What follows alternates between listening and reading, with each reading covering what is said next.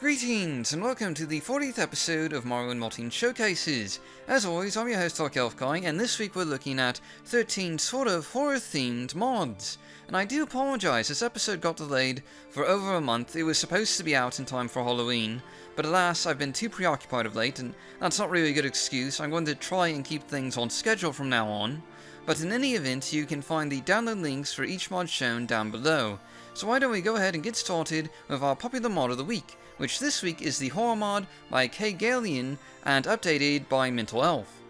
Now this mod starts out with rumors of disappearances near the city of Saran, and Imperial guards that will lead you to a commander that can be found outside a mysterious cave entrance right outside the city. This will start you off on a quest to discover what's happened to all the people who've disappeared, including a missing Imperial patrol.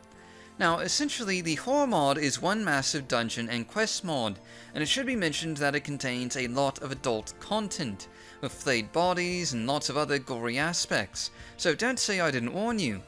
At first, the dungeon appears to be mostly mundane, but you'll quickly start noticing all the blood and carnage the further you go in, and this dungeon will take you a fair few hours to get through, with many paths that are hidden or involve finding keys to continue on your journey.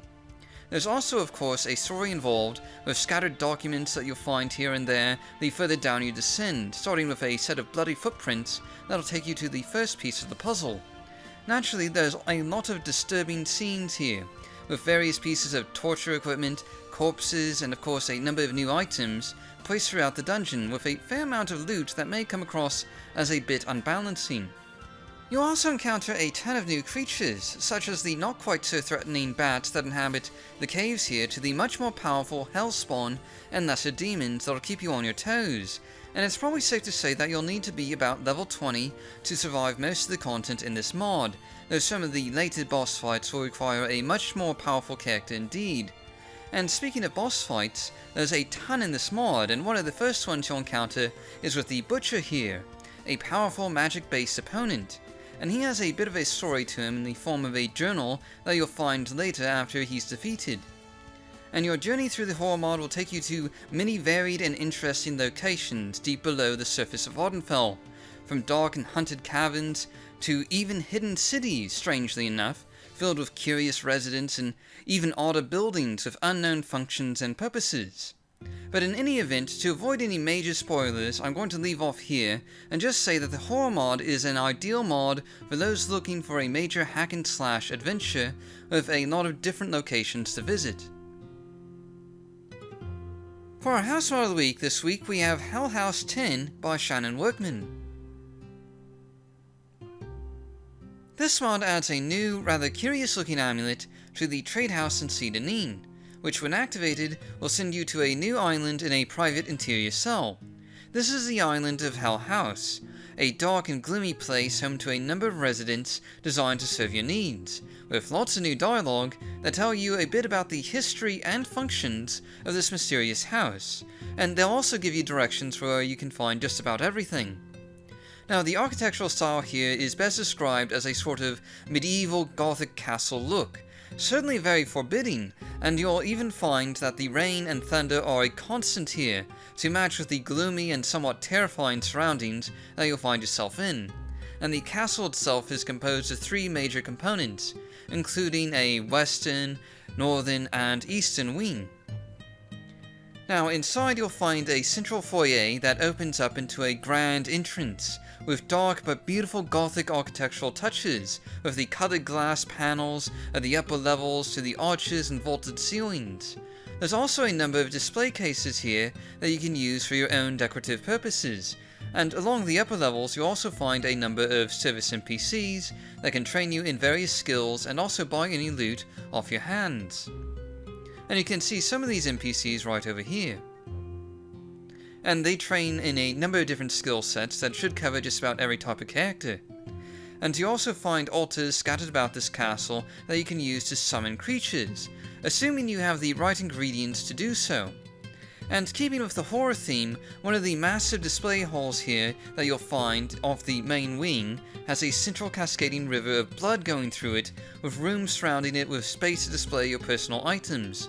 and I just have to say that this is probably one of the best themed mods for Morrowind in terms of houses. It really is amazing the amount of dedication Shannon has put into this sort of horror themed house. And sort of taking a closer look at these blood waterfalls, you'll find that the walls here are lined with caskets, and the entire room just has some really cool atmospheric effects going on. If there's ever been a great Halloween themed house mod, this is definitely it. Hell House also comes fully equipped with a complement of slaves that you can use for your own devious purposes, like having them dance for your own amusement, or equip them with companionship for battle and have them fight each other just for pure entertainment purposes. And you also naturally find a bedroom for your own personal use, and a sort of creepy haunted house wing of the castle, including a number of curious paintings hanging on the walls, and a nearby dining room. And one of the more interesting rooms in this elaborate house of a castle is the top level throne room, a sort of heavily Daedric constructed room with elements of machinery in the ceiling and walls that definitely makes for some cool effects. It's here in the throne room where you'll find some of the rather curious looking and special alien companions that'll follow you around and do your dark bidding, the perfect pets for a Dark Lord. As you can see here, they will follow and obey your every command. Finally, there's a tower dedicated to enchanting and alchemy, and like most of Hell House, it has tons of storage and display space for your personal use. This is naturally where you'll find an alchemy lab, including ingredient sorters for both vanilla Morrowind and Solstheim and Mournhold ingredients as well, with marked containers so you'll always be able to find your ingredients easily. There's all this and much more to see in Hell House, and it's certainly a mod worth checking out. Now this week's gameplay mod of the week is Blasphemous Revenants by Fliggerty and Friends. And with this mod you'll encounter a curious skeleton out in the wastelands of the Malag or Mur region, and once you defeat him, a skull will appear that, when activated, will start your path on the teachings of necromancy, revealing a hidden cavern nearby. And like any good necromancer's lair, this one starts out with a crypt, using Barabas's fantastic Imperial Crypts resource with tons of corpses and skeletal remains. Now, before you can actually start the process of learning necromancy, you'll first have to defeat the undead gods that protect this place of questionable evil from outsiders. Eventually, you'll encounter the necromancer himself, and he'll take you on as a sort of apprentice to learn underneath him, giving you volumes on corpse preparation to study and learn from, as well as a black soul gem to capture your first soul with. Now, in order to capture your first soul, you'll first need to find an NPC to kill, and then remove their heads with a special dagger. This process pretty much follows the corpse preparation books to the letter, including the need to carry the corpse out into the wilderness to have the flesh stripped away, and as you can see here, you'll actually walk around with a corpse on your shoulders, and this will be reported as a crime by any NPC that sees you doing this. Once you have a corpse, you can drop it out into the wilderness for the local wildlife to feed on. After a couple of days, the flesh will be stripped off of the corpse, leaving only skeletal remains behind, which you can then use as part of the necromancy ceremony. Once you have a skeleton, you'll need to put all the required ingredients in this massive pot here, and this requires a fair number of components, so suffice to say that necromancy will take a bit of work to really get into. And you can then summon an undead revenant of a particular race, and they'll show up on the platform over there, and this will also increase your necromancy skill. These revenants act as feature-complete companions. You can give them gear and they'll follow and fight beside you, plus they have all the extra bells and whistles provided for with Grumpy's companion scripting. You can keep summoning more and more of these revenants, and as you gain in skill, you'll eventually be able to summon even more powerful revenants to obey your every command as you become a powerful necromancer with your own personal undead army. Next up is our dungeon mod of the week, and this week we have Skeleterra by Wildman. And Skeleterra is a large new dungeon located on the edge of the Ascadian Isles region, that's rather noticeably dark looking. I've actually tried to increase the brightness here, but needless to say you'll need a lot of torches to get around in Skeleterra. And as you might expect by the name of this mod, Skeleterra is inhabited almost entirely by skeletons. There's a ton of different types of skeletons lurking in these halls, most of which were created by Wildman, such as these skeleton pirates here, providing a bit of variety for what you'll discover deep in the dark abyss of Skeleterra. And it has to be said that this is one really massive dungeon that's very easy to get lost in, utilizing the sort of random generation techniques common in NPCs Mods to create large-scale mazes full of opponents and randomly generated loot.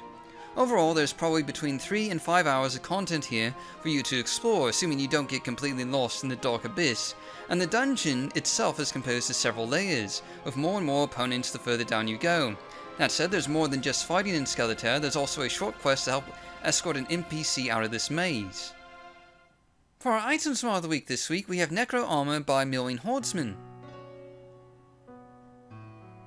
This mod adds a new Dwemer dungeon to the Azura's coast region, not too far away from the statue of Azura, as you can see here. And inside you'll find a necromancer holed up with his minions, and this is a moderately difficult fight, though you'll probably be fine at around level 10 or so. And you also find that this particular necromancer is wearing a new set of unique armor, ideal for a darker character who wants some decent protection from heroic adventures. And here you can see the armor up close, and it is a bit low resolution. One has to remember that this mod originally came out in 2004-2005, so graphics weren't quite as robust as they are today. But it's still a fairly menacing looking set of armor, with lots of bone aesthetics and some interesting spikes coming off the sides, and also the back. Certainly a good option for the stylish necromancer who doesn't mind broadcasting his occupation to the entire world. Now this week's quest mod of the week is Muffin Wind by Cow Guru, and at first glance this might seem like an odd choice for a horror themed showcase, but there's more going on here than meets the eye. You'll find a new bakery in the village of Cole that sells notably muffins, and the owner has a small quest for you to do, retrieving a lost recipe from the master baker's tomb for the ultimate tasty muffin. This will of course involve you delving into the master baker's tomb, a curious place with strange muffin-like decorations, and a journal from some poor lost soul warning you of the horrors hidden inside. And you will find some odd opponents here as well, such as muffin bonewalkers that'll attack you as you attempt to explore the tomb. Eventually, as you travel to the bottom of these perilous depths, you'll encounter a batch of muffin demons and assassins wearing muffin armor that'll try and end your journey. And this is a moderately difficult fight. This mod will require you being around level 20 or so. As it turns out, by venturing into the tomb, you may or may not have unleashed a terrible and ancient muffin evil upon the world, and this will start you off on a long chain of quests, taking you around Vardenfell. But first, I just have to note that the dialogue writing here is absolutely hilarious stuff. If you're looking for a bit of comedy on your adventures, this is a completely top-notch mod to try out. Eventually, you'll start meeting muffin cultists who are terrorizing the countryside in the name of his muffinness, a mysterious leader of this muffin occult. And this will provide you with some of the clues you need, as well as a few fights to continue your journey. And your journey will take you all over, including to mansions on the mainland, where you'll help the local guards with a curious murder investigation involving, naturally, muffins and of course some humorous dialogue and written documents. And you'll even pick up a few companions as you travel as well. There's also a number of boss fights, such as the Pillsbury Doughboy, who'll confront you with yet more of this amusing dialogue before attacking you and your companions. This will prove to be a long and dangerous fight, and notably, as part of this mod, you can of course use muffins as throwing weapons if you so desire. The true horror here, though, is the sheer number of muffin monstrosities that you'll encounter who threaten to, far from being eaten themselves, devour the whole of Tamriel in their muffiny goodness. All of Tamriel is in danger, and only you, the chosen one meant to oppose the forces of muffins, can hope to stop their rampage before it's too late. Assuming you don't get eaten by giant muffins in the process. Next up is our Landmass Mod of the week, and this week we have Corrible Island by Edcon. This mod starts out with you meeting a new Imperial commander in the Nissus Tavern, who will ask you to go on a bit of a hunt for a legendary missing island, the island of Corrible, where the Imperial Legion is planning to build a new outpost to secure their holdings in Morrowind. You'll ship off to this new island from an Imperial dock located near the town of Cole, after you find the proper sea charts to take you to Corrible Island. And once you arrive with a travel NPC, you'll find a rather mysterious island that's been mostly forgotten by the outside world. It's a fairly large island with a decent-sized lake on the southern end, a river dividing the islands in between, and mountainous ridges ringing the entire island, limiting access to the outside world. The main landmark here is an old Indoril military base done in the Velothian Canton architectural style. And I know the island itself doesn't exactly look pretty, but one has to remember this mod was made in 2003 through 2004.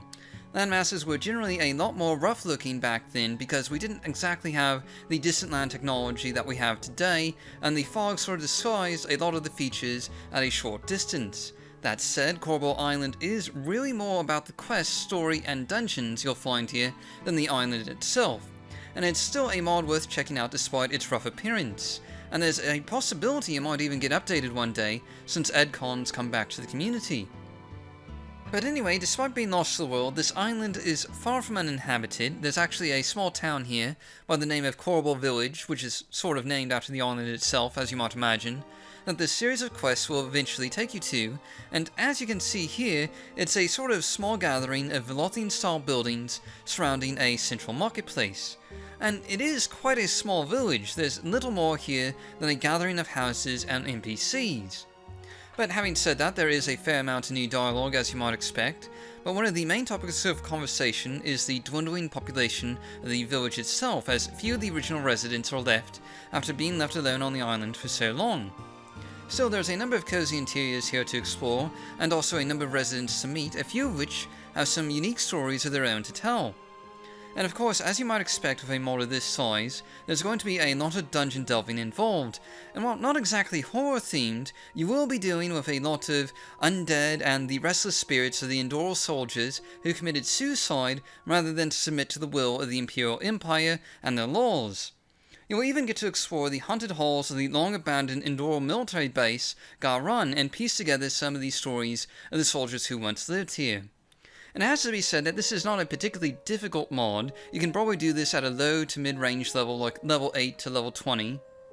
But anyway, there's much more to Corbel Island than all of this. From dungeon delving to helping set up a new Imperial fort, there's actually quite a lot to do on Corbel, and I'll have to leave off here in order to avoid spoilers, but needless to say, it's well worth checking out. For our NPC mod of the week this week, we have Giant Ultimate by the Puma Man, and I suspect a lot of you will probably already be familiar with this mod. It was originally released in the early 2000s, and basically, Giant Ultimate is a massive creature expansion for Morrowind, adding dozens of new creatures and dangerous foes to the game, and it was a really popular mod back in the day. I believe it even won entry to the Planet Elder Scrolls Hall of Fame back in the mid-2000s. And it's particularly notable for making the game much more difficult than it was before. These new opponents range to frightening mammoth constructs that practically block out the sun, to stealthy creatures with partial invisibility, to doppelgangers that pretend to be harmless lesser beasts like rats, but are actually Lich Kings in disguise, more than capable of putting up a strong fight for mid-level characters. There's even some rather strange looking and menacing dragons that you might encounter out in the wild, and will put up, like most of the creatures here, quite a fight. And as you might expect with all these new creatures, they also drop some new loot and occasional ingredients as well. You'll also be unsurprised to find that there's actually a wide variety of specifically undead and tomb-related creatures that you might encounter, from hellspawn, some of which we've already seen in the horror mod, to ghosts, sprites, spiders, rotworms, skeletons, lich kings, necromancers, mummies, and naturally zombies. You'll never know what you'll encounter when you plumb the depths of Vvardenfell with Giant Ultimate. And of course, you'll need to be wary about fighting some of these creatures, for they are far more powerful than your garden variety vanilla Morrowind inhabitants, with strong and devastating attacks and numerous spells to bring you down. Some of these are even geared for characters around level 50, and if encountered at an early level, will almost guarantee certain death and destruction, and your best option will probably be to cut and run in the opposite direction and pray you don't die. But regardless, with Giant Ultimate, you'll never be bored with exploring the lands and tombs of Vvardenfell, with a lot more variety than there was before in vanilla Morrowind. This week's new meshes and textures mod of the week is Baldirian's Perfect Daedric Armor Replacer by Baldirian. And this is a complete overhaul of the look and textures of the Daedric armor in Morrowind, giving them an updated and fairly crisp looking feel, as you can see here with Dia Fry, and I'm sorry, I have no idea how to pronounce his name. But in any event, it is some really nice looking and detailed armor, and here you can see it again on my character wearing some more Daedric armor, where you can see the details a bit more up close. And there's some great designs here with these circular pieces on the shoulders, and the symbols on the greaves and so forth, and really I think it helps to highlight the sort of evil flair that Daedric armor is known for, with all that mixture of black and red. Next up we have the Modest Resource Mod of the Week, and this week we have Berebus Graveyard by Berebus. And first things first, we have to mention that while this is a modest resource, Berebus Graveyard also includes a pretty cool demo file that adds an Imperial-style graveyard and crypt just outside of Caldera. And as you might imagine, Berebus Graveyard is a resource mod of new assets for tombs, gravestones, and even a new crypt tile set, and you've no doubt already seen this tile set in use many times before, since it's a fairly common resource that gets used in a ton of mods, from quest mods like the Sable Dragon to gameplay mods like Blasphemous Revenants, which we showcased earlier. And it is a really great resource too, including everything that you'll need for a decent crypt, including urns, broken vases, coffins, and wrapped corpses, not to mention some pretty unique lights that add to the atmosphere of being in an Imperial-style tomb deep below underground.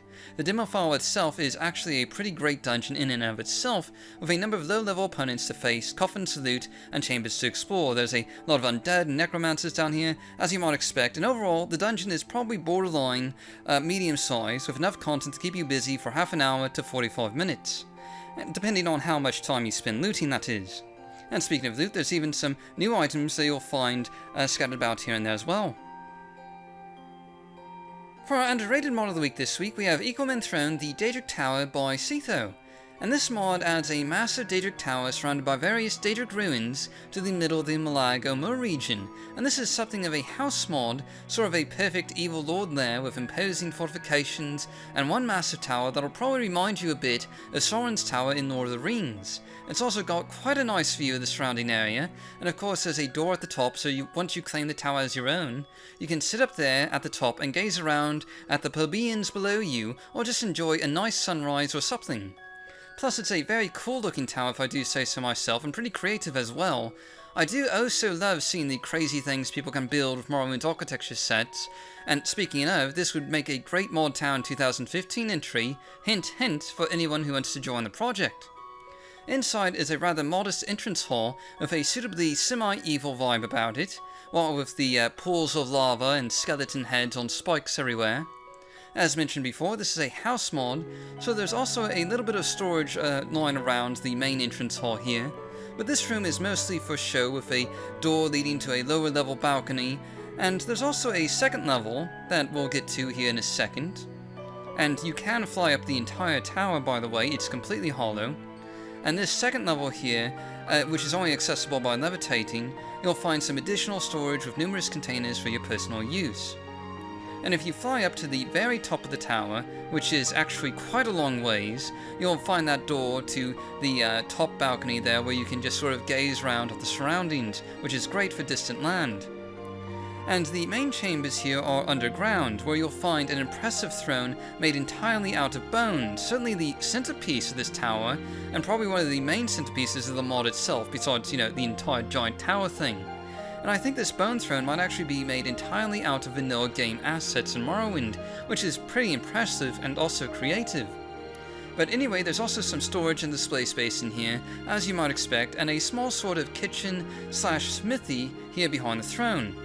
You also find a short little book over here with a bit of background on the place, and of course, like any good evil lord-like lair, it also has some fairly sizable holding cells, where you can detain would-be adventurers and heroes, or just store some cattle if you're a vampire with a bit of an appetite. Naturally, there's a bit more storage back here in the back of the main chamber, and there's also a back entrance as well, in case you ever need to make a quick escape. This week's Blast from the Past mod of the week is Vampiric Citadel and New Armors by Mike. And what this mod does is that it sort of adds onto and expands the Dwemer Ruin of Beethanchand on Red Mountain, as you can sort of see here from the exterior, where it's just been slightly modified with a few additional towers and statues. On the interior side of things, the old Dwemer Centurions have been replaced with a new breed of vampires that have completely taken the place over. Now there's a lot of new additions to Beethanchand beyond what you'll find on the exterior, with several new massive Dwemer-style halls that are absolutely filled with vampires, many of them sporting new retextured armor of existing vanilla armor pieces. There's also a lot of new artwork in the form of tapestries that decorate and furnish these Dwemer halls, though I should mention as a fair warning that some of them do contain adult content such as borderline nudity. Not these right here obviously, but others further on in the mod. Now, Vampiric Citadel can sort of be viewed as two types of mods. It's certainly a dungeon mod to some extent, There's a lot of vampires to kill and plenty of loot to be had too, but it's also kind of a house mod. Once you clear the place out, you'll find working mannequins that you can use to display armor and arms, storage, and general display areas, as well as practical things like kitchens and labs, and presumably for alchemy. There's also some pretty cool architectural designs in use here, like these ceiling fans and waterfalls, and the entire citadel is rather atmospherically decorated to suit the needs of a vampire or evil lord-like host, assuming you can clear the place out of the previous residents, of course. And there's some really epic sized rooms here as well, such as this large dormer hall complete with a central throne area and even a second level with rope bridges connecting a second layer of halls above. And of course I just have to say that I love the combination of Dwemer and Old Morn Hall architectural styles that you'll find throughout this entire mod. And again, some of these rooms are just really epic in size. This is the Temple of Giants here, located deep within Vithanchand, and it's a beautifully constructed interior with tons of columns that reach high up into the ceiling, lofty towers that add an excellent touch to the patterns along the roof, aqueducts, and rope bridges. It all comes together really well, though it is perhaps not exactly horror themed, but keep in mind there's a lot of vampires still. And again, once you clear this place out, it can act as a player home, including the ship that's docked in here, which has some additional display cases and a ton of cattle in case you're a vampire in need of blood. Taking a look at the end of the hall here, there's again some really nice designs of a ton of statues, tapestries, and banners that work well with the atmosphere. And there's actually a ton of stuff I'm skipping over here. The Citadel has a ton of interiors I'm not going to show off here, just to leave some things as a surprise for you guys. Now it should be mentioned that this mod is going to take a really high level character to clear out. Some of these vampire bosses will keep level 50 characters on their toes, though you could probably clear out the early parts of the dungeon at around level 20 or so, but this isn't a place you can just waltz into and claim as your own without a fight. There's also a lot of overpowered loot here, though the high level requirements kind of offsets this a bit, and as the name of the mod implies, there's also a ton of new armors included, not just the simple single color retextures you saw before, but there's also some pretty neat armor sets here that have some unique and certainly intimidating textures employed to them, including a red sort of vampiric themed Daedric armor retexture, as well as a titanium armor outfit with some very nice looking and some cool and crisp shades of blue, and just a slight hint of dragon skulls there on the shoulder sides.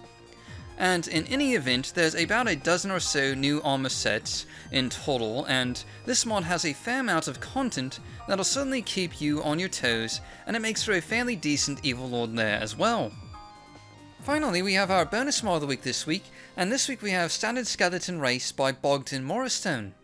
And as you might expect from the name of this mod, this adds a new type of skeleton race for you to play as when you start the game, including a wide variety of different head models, including some for both genders. And they do kind of seem to be Argonian related somewhat, and it should be noted that this mod does include two different ESPs, one with a skeleton race for mages, and one with a skeleton race for warriors, with starting stats that reflect those choices. Now this is obviously a great mod if you want to play as a skeleton for whatever reason, and you can see the entire skeleton body here. It's a bit different from the plain white skeletons you're used to in vanilla Morrowind, but that isn't necessarily a bad thing. You can also wear clothing and armor over your skeleton, just like any other race, and you can see how that all looks here. And while this isn't really a horror-themed mod, it's a fun one to play around with if you really want to roleplay as a reanimated skeleton, like say a creation that managed to get away from their necromancer overlord, or something of that nature. And anyway, that wraps up all the mods I have for you guys this week, and I do apologize for this episode being so late. Taking a month to do a single episode is just completely unacceptable, and I'm going to try and get us back on the weekly format, and again I apologize for the long delays. But anyways, thank you for watching, and I hope you guys enjoyed this episode, and if you did, do please leave a like and subscribe, and I'll see you all next week with another 13 mods for your viewing pleasure.